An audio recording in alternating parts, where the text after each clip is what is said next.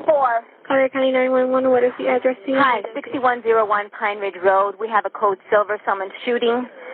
Okay, hold on 1 second. Thank you. They're inside the hospital? I guess, yes. 3 East Nurse. Well, they keep calling for the 3 East Nurses Station. Okay. 3E Nurses Station? 3 East. Like north, south, east. Okay. 3 East. They call from there, but I don't know where the shooter is at right now. Hold on 1 second. Oh, sorry. I'm on the phone right now with 911. Thank you. 10-4. Okay, who gave you the call? We've gotten a whole bunch of calls from the Secure Perfect, from Jolene, from who else did you get? Gail, the nurse supervisor, called in also. Okay.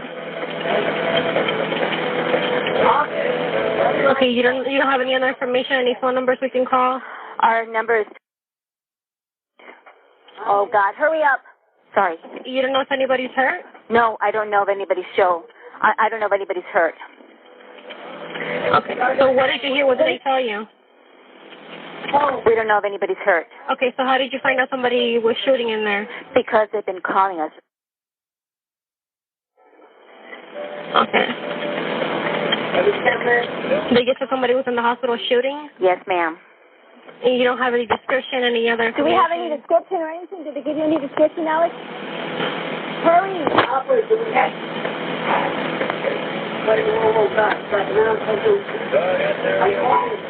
We have to call the administrator on call, too.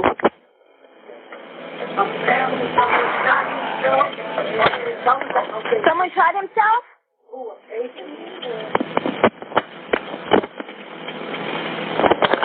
Okay, ma'am? Yes. You said someone possibly shot themselves? Wait a minute. God, everybody's knocking at the door here. There's only 2 of us here right now. Okay.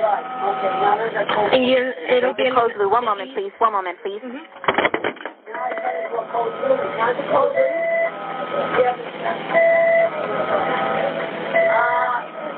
They're saying that he shot himself. The man went to a cold hospital. So,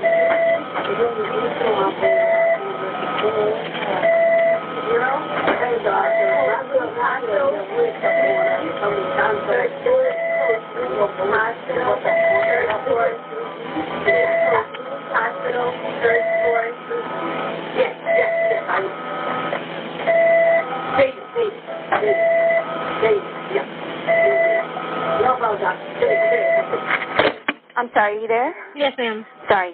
Okay, you don't have any more information? It's just at the 3 East Nurse Station?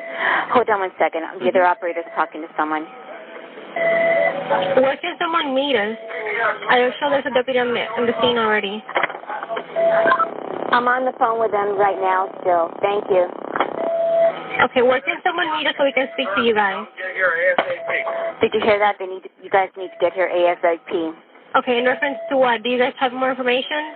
I have no information. The code blue is ringing. Do you have any information? 911. No, we have no other information. Okay. We just have a code blue at 3 East Nurses Station. So I don't know what's going on. They're shooting or they killed themselves or something. I don't know. But they're saying that you guys need to get here right away. Okay. Oh, here's one policeman here now. All right, go talk to them.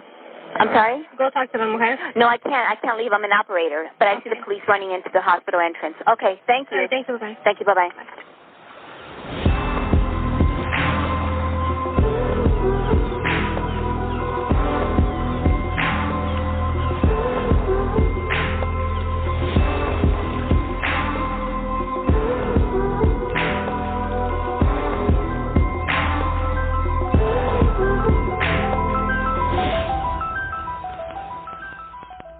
Hi, everyone. Hello. I'm Lauren. I am Ken. And this is Paradise After Dark. Dark. Paradise After Dark is a podcast covering true crime, unsolved mysteries, missing people, urban legends, and the dark side of the Sunshine State. If you'd like to support our show and get a bunch of extra Paradise After Dark content, sign up for our Patreon at patreon.com/Paradise After Dark podcast. And be sure to visit our website. On the website, you'll find links to all of our episodes, our mailing list, our social medias, our page store, and links to our Patreon. Yeah, that's where you can find all the cool Paradise After Dark gear. And also, on there, you will find a virtual tip jar. Leave us a tip, and we'll give you a shout-out. Yep. speaking of shout-outs, Kelly from Fort Lauderdale, thank you so much for your tip this week. And Justin from Macon, Georgia, who's making us happy. Making us happy. So thank you guys for your support. We love tips. Yep. And another special thank you to Donna K. from last month, who bought my first Lone Star beer that I've ever had in my entire existence at CrimeCon. Thank you. Yes, we're still sort of recovering from CrimeCon, so... We're still trying to figure out if it's real life or not. It is real life. Yeah, because CrimeCon is an event. I mean, it's an event. Yes. So, yes, we are freshly back from CrimeCon. We are diving in. We've got a good one for you. This is going to be a two-parter. We are titling it A Paradise After Dark Special, A Tangled Web of Murder. And as we get going, you will understand the title of this episode. So, I'm just going to dive into it. Are you ready, Ken? Hold on, let me get a deep breath, because this one here, folks, is a little crazy. Okay. So on July 5th of 2011, at 5:43 p.m., the Collier County Sheriff's Office deputies responded to room 330 on the third floor of Physicians Regional Medical Center in Naples, Florida, regarding an unidentified male shooter. Upon further investigation, they learned that a man named Jeffrey Moritz had entered room 330 and shot his estranged wife, Christine Ann Moritz, while she was there visiting a friend who was a patient in the hospital. Before the shooting occurred, Mrs. Moritz cordially introduced her estranged husband to her friend, but Mr. Moritz quickly became confrontational with his wife. According to an official statement, Christine is heard telling Jeffrey, "Don't start here." Jeffrey responded that he was going to, quote, "end it." A nurse who was in the room and saw the situation escalating ran out the door to alert security. As she left the room, she saw Jeffrey pull a pistol out of his pants and point it at Christine's head. The nurse fled the room and heard 2 gunshots. The patient in the room stated he watched Jeffrey shoot Christine once in the head, and she collapsed to the floor. He then pointed the gun at his own chin and fired. At this point, security and medical personnel responded to the room and discovered Mrs. Moritz dead on the floor. Jeffrey was treated for a gunshot wound to the head and was transported from the scene to a trauma center. A .380 caliber pistol was recovered from the floor adjacent to Mr. Moritz's body and was determined to be the weapon used in the shooting. Now, while being treated in the emergency room at Physicians Regional Medical Center, an additional fully loaded magazine for the .380 pistol and a fully loaded .22 caliber revolver were recovered from Mr. Moritz's clothing by the attending personnel. 3 weeks after Christine Moritz's death, her on-again, off-again boyfriend, Christopher Cerna, was arrested on a murder charge in connection with a grisly killing in his North Naples apartment. But we'll get to that later. All right, so let's rewind and look at Jeffrey and Christine Moritz's before this deadly encounter. Let's look at them and see how this relationship kind of turned into what we're seeing here. The Moritz were married in Erie, Ohio in 1975, right after graduating high school. They eventually moved to Collier County, Florida, where they owned a construction business called Master Builders and Remodeling. Their marriage, according to their son Chad, was marred by continuing domestic violence.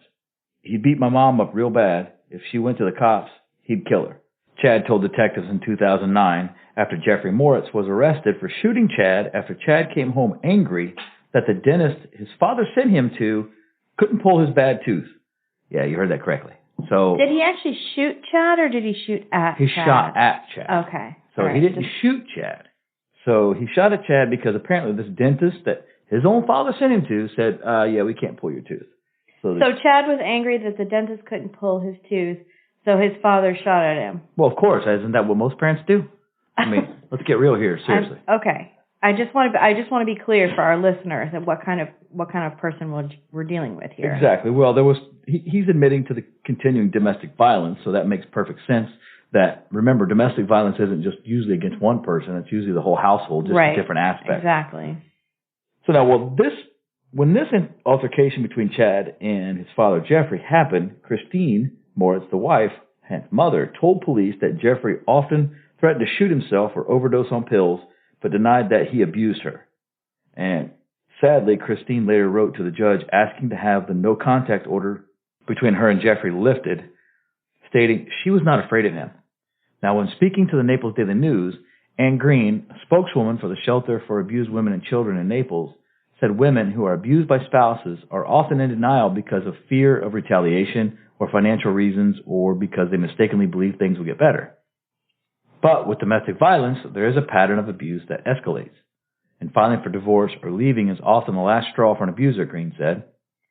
So 2 years later, after 36 years in an abusive marriage, Christine Moritz had had enough and separated from Jeffrey. She got a job as the lead concierge at Cap Ferrat, a condominium in the upscale Pelican Bay area. Now, if you're familiar at all with Naples, Pelican Bay is a very bougie... It's high rent district. Right. So she moved out of their Golden Gate Estates home and got an apartment in nearby Bonita Springs and started taking classes at the local community college, which is all great. I mean, she's doing everything she's supposed to do. She's got herself a job. She's got herself a good place to live. She's taking classes.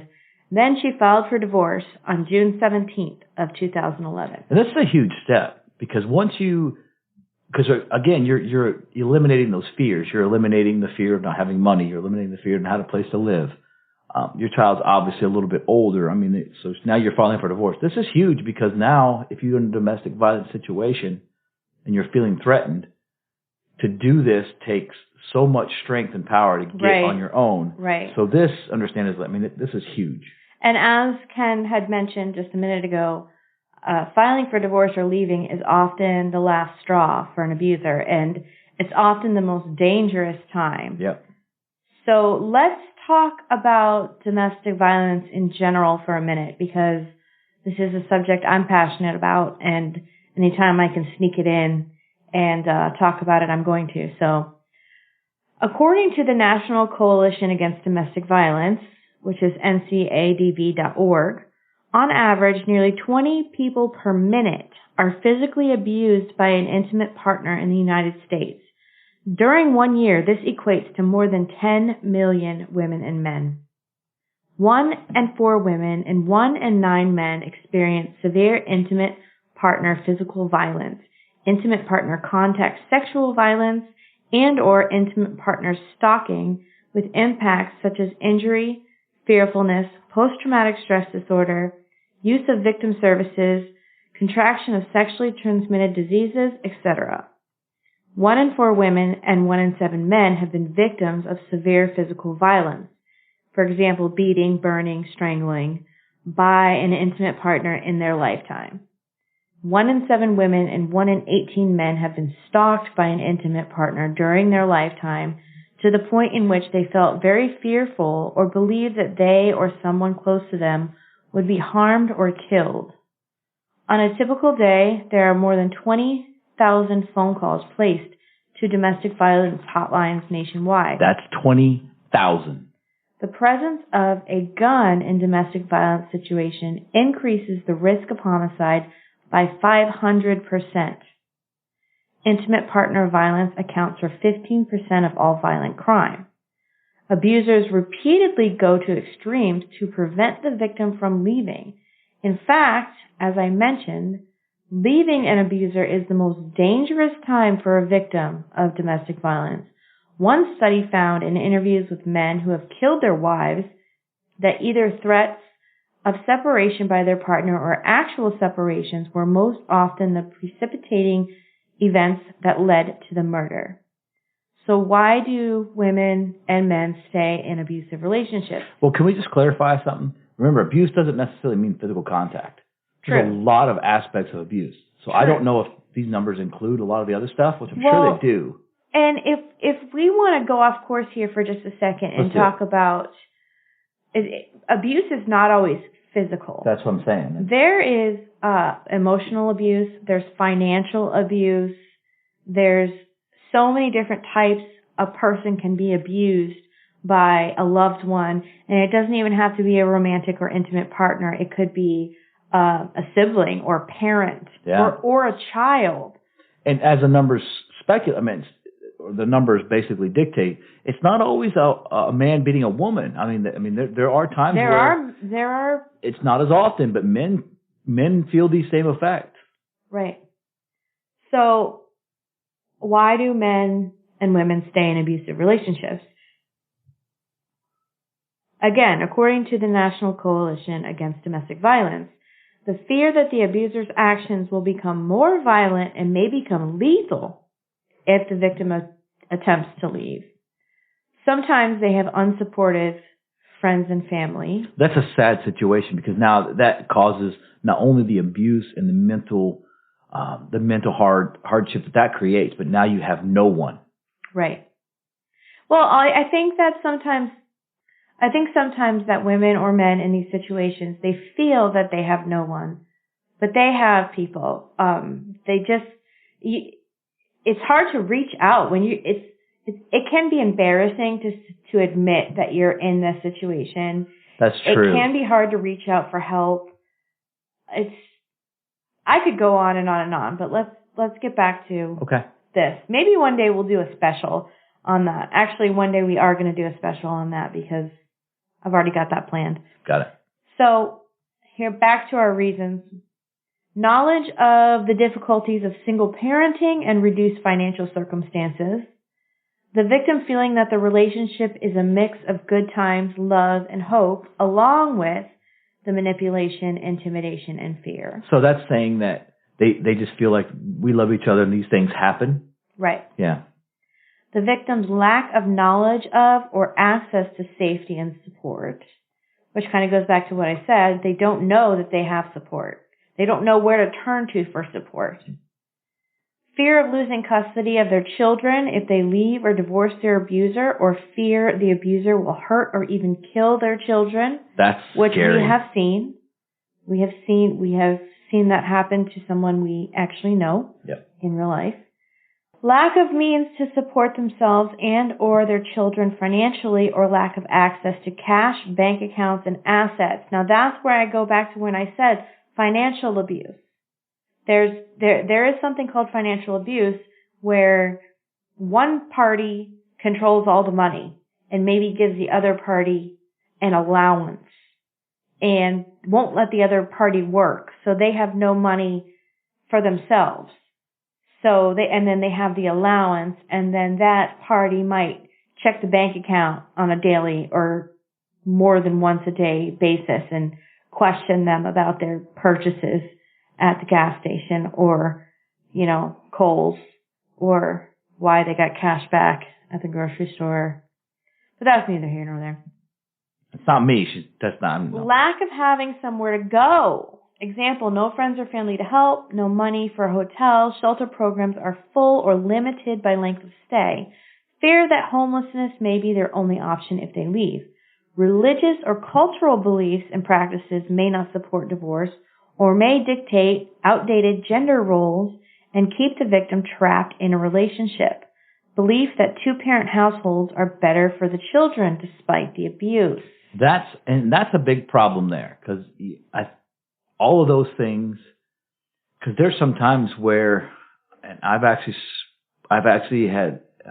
spoken to a few women who've actually lived almost all of those, where they controlled the money, they've been abusive, they've threatened to take the kids, so it's like, it's not, I said it earlier, gaslighting, is that kind of like they're constantly feeding that information, like these are the things I'm going to do. No, that's not really what gaslighting is. No, could you clarify that one? Because that's also a form of abuse. So gaslighting is when they make you question your own sanity, basically. They make you question your own beliefs. Like, say you had an argument with your significant other, and later on they say, well, I never said that. Or you took that the wrong way. That's not what I said. That's not how I said it. And then you question yourself, like, did I misremember? And then if you are being gaslighted for a significant period of time, it can actually really, really fuck with your head and make you question your own beliefs and your own sanity and make you think that maybe you're the one that's crazy. You're the one that, I don't know. It's crazy. Everybody just Google gaslighting, read about it, and... Well, I purposefully brought that in here because that is a form of abuse that sometimes gets left out of the equation. Yes. People don't realize that kind of thing there, that is a form of abuse, And it's not necessarily a physical thing, but it's more of a mental thing. And mental and emotional abuse. Exactly. I mean, that's because the domestic violence part, I mean, and we can get off of the subject here, but it's hard enough. But when you get into this point, that's where the mental health comes in. And the victim is, so sometimes the victim is not only suffering the abuse, but then you get the mental aspect of it. So they're getting hit from all different directions. Right. And I mean, I don't know. It's really hard to describe all the ways because there's so many different forms of it. So you just got to be aware of exactly. And we're not trying to get people to question everything that happens, but there's so much out there, and it definitely applies in this case because there was so much. Not this case, but all these cases we're going to talk about tonight in this web here. There's a lot of little bugs wrapped up in this web. Okay, so now that we've discussed all this and got all this out about domestic violence and the things to look at, let's also look at Christine Moritz' situation. First, it needs to be said that before Christine left Jeffrey, she began an affair with a coworker named Christopher Cerna. Now, brought together by work, talks about religion and shared stories of their dissolving marriage, Christine and Cerna, it gets confusing with the name, so I'll go ahead and clarify. It's Christine Moritz and Christopher Cerna, but we're just going to refer to her as Christine and him as Cerna. Can I do that? Yeah. Okay, as long as we clarify that. Now, they began an intimate relationship in early of 2011, and this is about 4 months before she moved out of her Golden Gate Estates home that she shared with her husband and moved to Bonita Springs that Lauren mentioned earlier.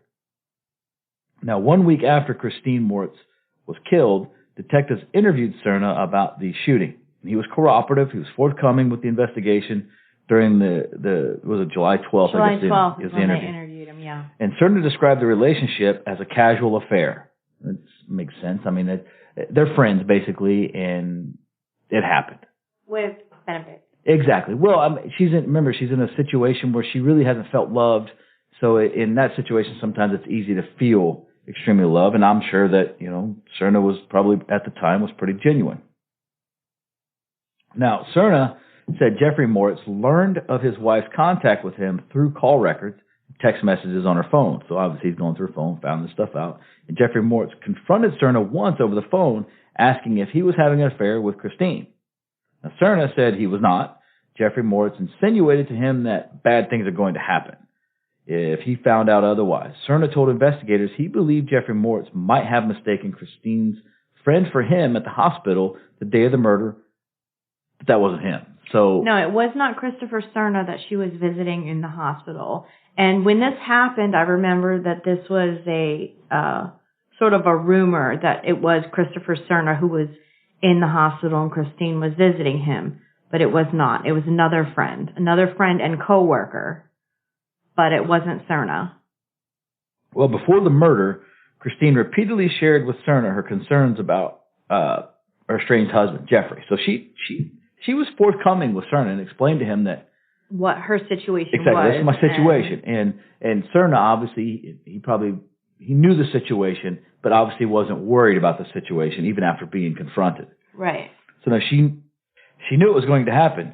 She always said it. Cerna told investigators a week after the murder. She knew that she was going to die by his hand.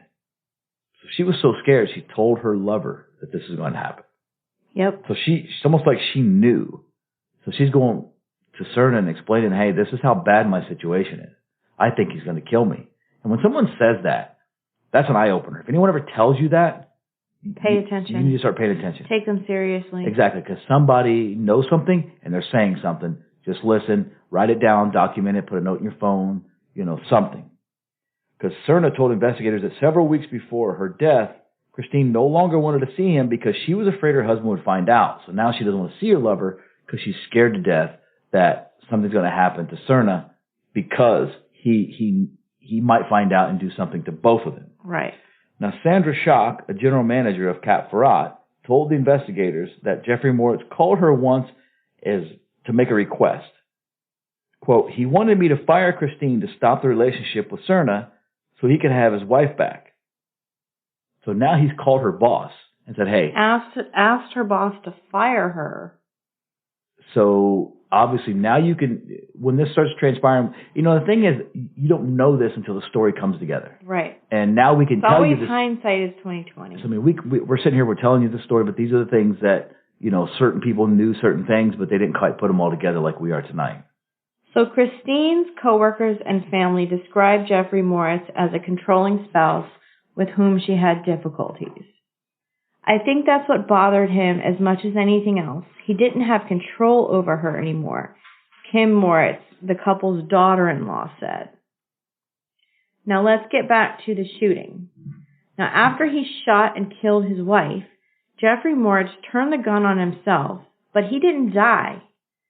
He was immediately airlifted from Physicians Regional Hospital in Naples to the trauma center at Lee Memorial Hospital in nearby Fort Myers. 6 days later, he had recovered enough to be released to the custody of the Collier County Sheriff's Office, and he was arrested on charges of second-degree murder. Second-degree murder. Yes. Well, I'm not sure why that happens. Why does it seem like the universe protects the guilty? It doesn't. It just seems that way sometimes. I really couldn't speculate why the prosecutors would charge him right off the bat with second-degree murder. Usually I think that they go in with the highest charges they can get, but I don't know, maybe the fact that he tried to kill himself? I don't know. Yeah, well, I really don't know. I can't speculate on that. I don't know. I've got a few choice words, but I'll save them. He needs to be a better shot when he's doing it. But anyway, that being said, it's neither here nor there. Now, no surprise, of course, that we talked about. Now they're going to go for second-degree murder. But, of course, the defense attorney has a job to do. And there's no surprise that his trial attorney, Jerry Berry, he tried to use the heat of passion defense. We've heard that name several times here on this podcast. Yeah, and remember, Jerry Berry is not a bad attorney. No, Jerry Berry is a great attorney. That's why I said the defense has a job to do. He was hired to do a job. And so, of course, this is what they do. And they go after whatever they can. And we all know this based on the Jodi Arias trial. We know this on the Casey Anthony trial. The defense attorney is going to do whatever they can do to save their client. That's their job. So, with that being said, Moritz's legal team asked the jurors to find him guilty of a lesser charge of manslaughter, arguing the killing was committed in the heat of passion. This is a defense under Florida law that bumps a murder conviction down to manslaughter. Now, Moritz never denied shooting his wife. He said he was worked into a jealous fit by suspicion of his wife's affair with a coworker that we spoke about earlier, Serna. Testifying in his own defense, Moritz described himself as heartbroken after the breakdown of his marriage and discovery of phone records suggesting his wife's affair with Serna.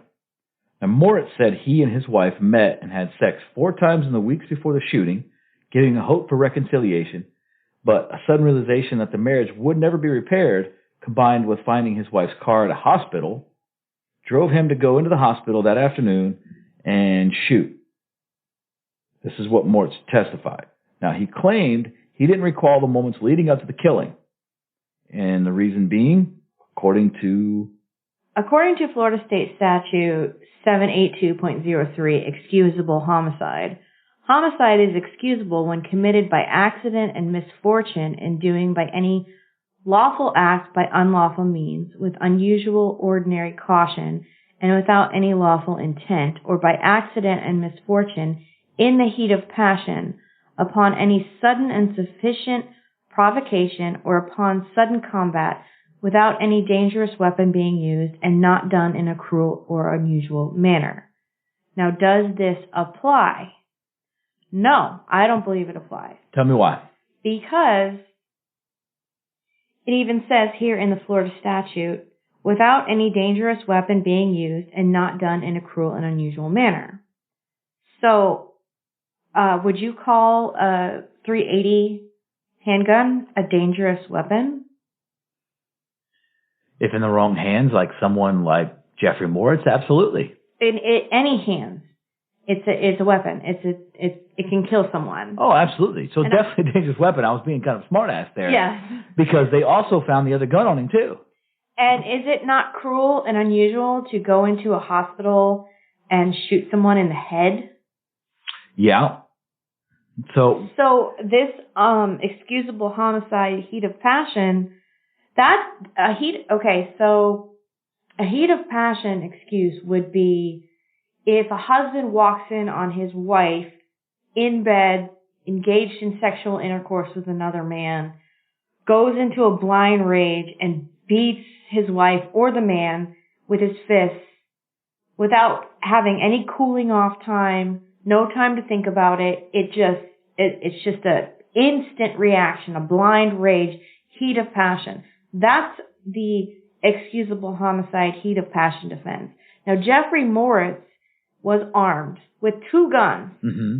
He found his wife's car in the parking lot. Now, who knows if he was following her there or he put a GPS in her car. He had to, because trust me, this hospital is huge, and you have to actually physically pull off of the side road to get to the hospital. How the hell would he even know what room she was in? You're not going to drive by this hospital and see a car parked there. So he obviously followed her in every aspect.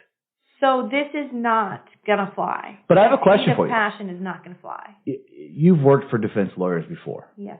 So what other option do they have based on the facts of this case? They don't. They don't have any. This is it. The only thing that they have is second-degree murder, basically. Well, temporary insanity, but this is... They could try the insanity defense. But the insanity defense opens up a whole bunch of other doors, which people don't understand, that when you plead insane, that's a whole different sect of laws. So you have to have tests done by both the defense and the prosecution. It's a lot involved to plead insanity. But this, based on what they had, is probably the best defense they'd come up with. Granted, the wrong defense. So to prove the crime was committed in a heat of passion, Mort's defense team had to show that the killing was committed with an absence of malice upon a sudden and sufficient provocation. Prosecutors noted that Moritz showed up unannounced at the hospital as his wife visited a coworker armed with 2 handguns and 2 knives. Yeah, 2 knives. Okay. So he had 3 months to contemplate his marriage after the couple's April breakup and June filing for the dissolution of marriage. That's right. Prosecutors painted Moritz as an angry, controlling husband whose suspicions of his wife's affair and frustration over her newfound independence drove him to violence. This was a man who was going to make sure that his wife, who wanted freedom, who wanted out of this marriage, was going to go to her grave with him, Assistant State Attorney Mara Marzano said during closing arguments. Now, in his closing arguments, defense lawyer Jerry Berry said Moritz longed for reconciliation with his wife, and the fact that Moritz shot himself underneath the chin seconds after killing his wife shows his lack of malice. I'm not sure it does. But I guess you have to preach that to the choir, so to speak. Because when somebody does a murder-suicide, it's kind of hard to ask them after they've committed suicide, why'd you kill yourself? Yeah. Did you kill yourself because you knew that you were going to go to prison for the rest of your life? Or did you kill yourself because you really wanted to die with whoever your victim was? Exactly. So at trial, they presented that, he shot himself under the chin, which makes you think that he didn't do it malice. He was... The whole situation is, quote, heat of passion. And unfortunately, in all my research, I have never found any sort of interview or anything from Jeffrey Moritz stating why he turned the gun on himself after he cold-bloodedly murdered his wife.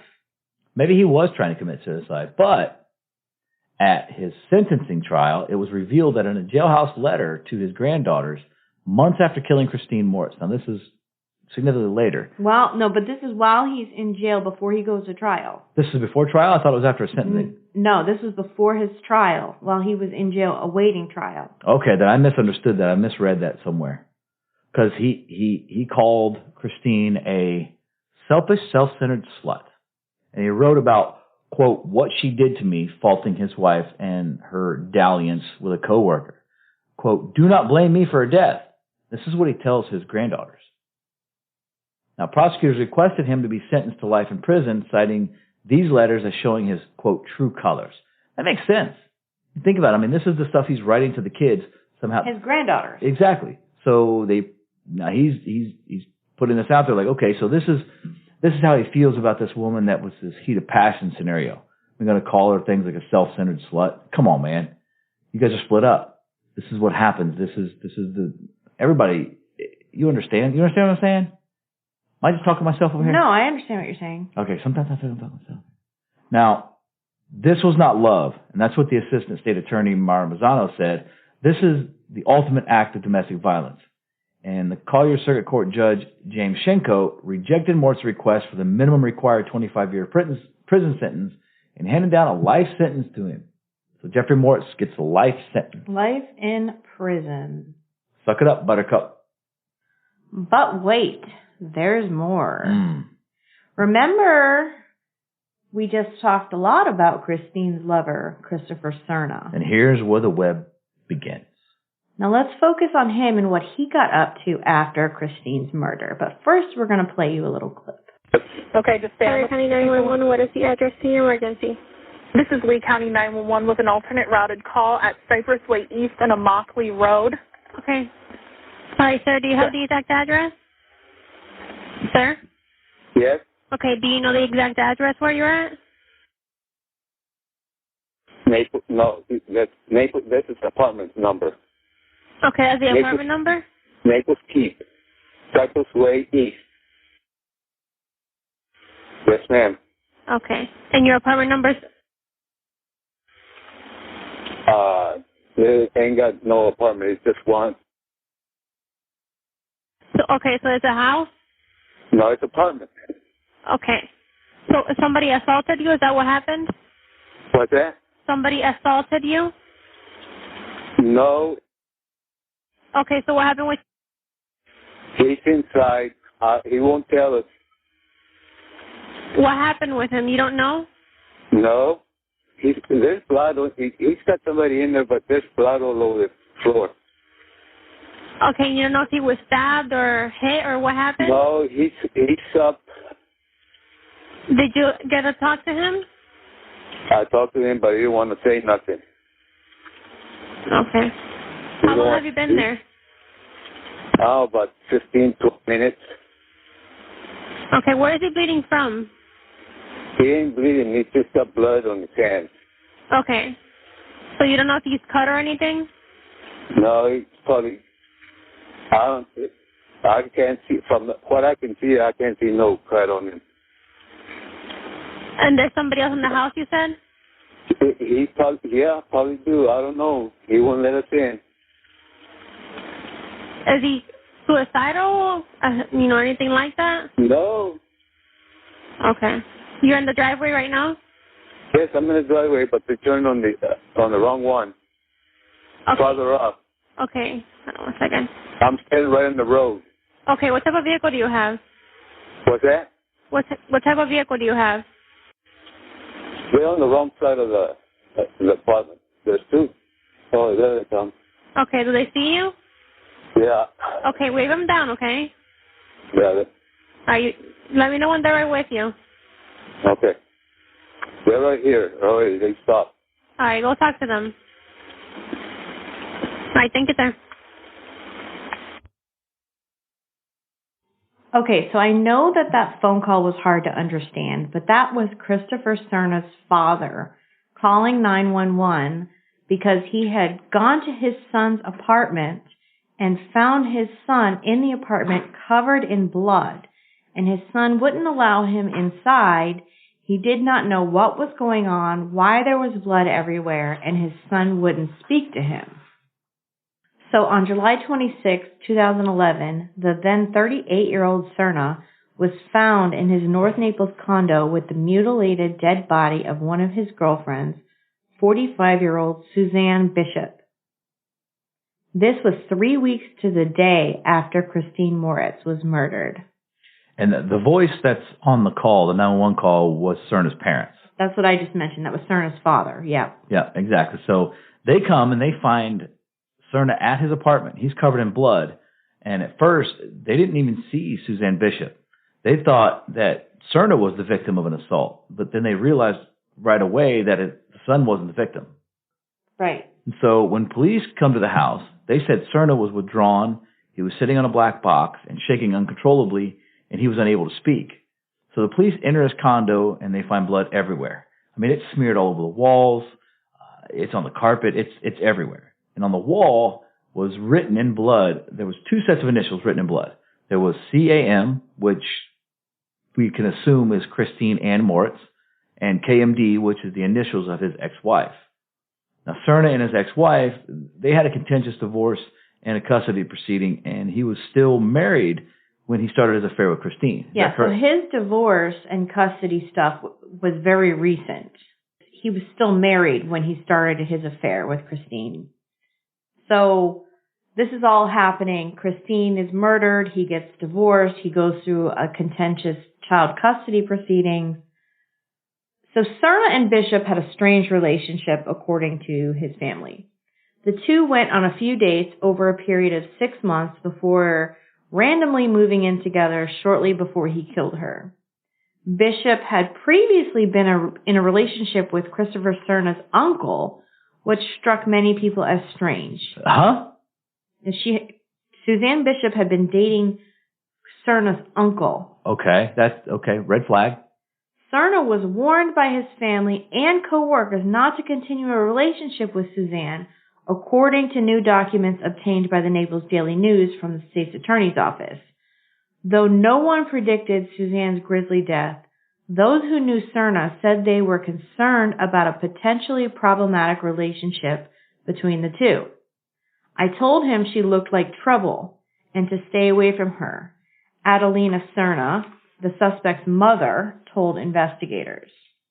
Now, Adelina Serna, who lives a few miles from her son's condo, told investigators she didn't know much about Bishop. She met her only once, but told deputies she acted crazy and would call her son all the time. Yeah, and you've got some reservations about this part. Yeah, I hate telling this portion of the story because it feels a little like victim blaming, but these are facts that we have actually pulled from the police reports. So it's an important part of the story. Now, Suzanne Bishop, no matter what she did, she never did anything to deserve to be murdered. Yeah, that's adamant in any situation. And friends and relatives of Bishop have called her a caring mother and a good friend, but said that she had had a troubled past. That's a little murky. I could not really find much information about what this troubled past may have been. And at this point, it's irrelevant. It's irrelevant. So it's probably best that we didn't. Now, do you think that the family kind of pressured him a little bit because she dated the uncle? I mean, obviously he was aware that she had dated his uncle. I mean, based on what you said. Yeah. Okay, so I wonder if this caused like a rift between the family and Serna. I don't know. I guess I don't know. But I think that maybe that's where we should end this part 1. Okay. Because there's a lot more to get to, and we will be back tomorrow night with part 2. Okay, so yeah, that's good. This is good. This is good. Come back tomorrow for part 2 because there's a lot more to the story. Yeah, it gets interesting, even more interesting from here on out. And again, if you'd like to support the show, please subscribe to our Patreon at patreon.com/Paradise After Dark podcast. Like I said earlier, check out our website for all the links to the social media, the Patreon, merch store, and more. Definitely check it out because Lauren is very, very active on all platforms. Please make sure to subscribe to the show on whatever platform you're listening on and rate and review. This really helps us branch out and reach a wider audience. And as always, thank you so much for listening to Paradise After Dark. Dark.